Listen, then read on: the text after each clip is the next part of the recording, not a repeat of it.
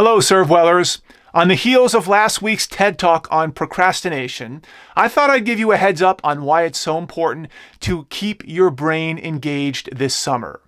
Yes, it's important that you have some downtime to let your mind run free, but we don't want your mind to run dry.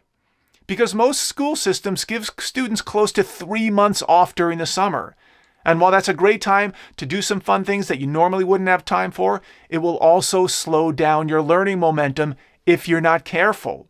So in addition to your camps and sports leagues and work and travel and other activities, the summer should be a time to ensure that you have mastered at a minimum last year's academic work.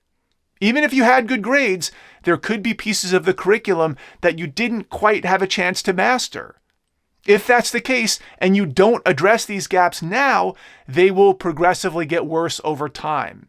And this is especially true in math, where you acquire building blocks of understanding that accumulate over time.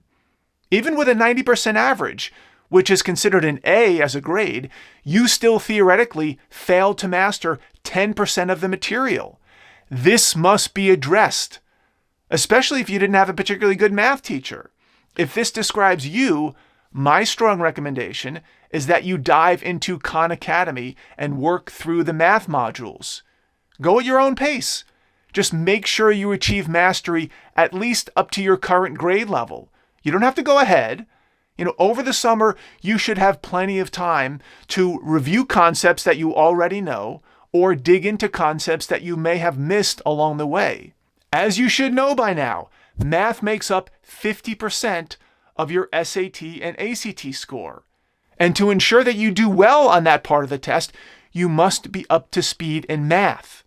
As we've talked about before, most service academies and ROTC programs are very focused on your math ability. So the summer is not the time to slack off. And by the way, the same rationale applies to reading. You cannot afford to let reading drop to zero over the summer. You just can't. Remember, 50% of your SAT and ACT score will also be based on reading and your English language skills. And if you want to be a highly qualified candidate at service academies and ROTC programs, you need to score well on that test. And the way to score well on the SAT and ACT verbal section is to read. Read, and read some more. There's no other way around it. It doesn't necessarily matter what you read, it matters that you read. Remember, you can't cram for the verbal section of the SAT or ACT. It's a test that you study for over the course of several years, not several weeks, like some students think. And you're on that path right now. When I talk to my sons, and it looks like they're bored or they're looking for something to do, I look at them straight up and I say, hey, why don't you go study for the SAT? And they know that that's code for, hey, go get some reading done. Reading is studying for the SAT. Let me summarize. Mastery of math and reading skills at the foundational level is critical, and the summer is the perfect time to make this happen. If you need further convincing, please watch this short video below. I've included the link from Sal Khan's Khan Academy on why it's important to master basic skills.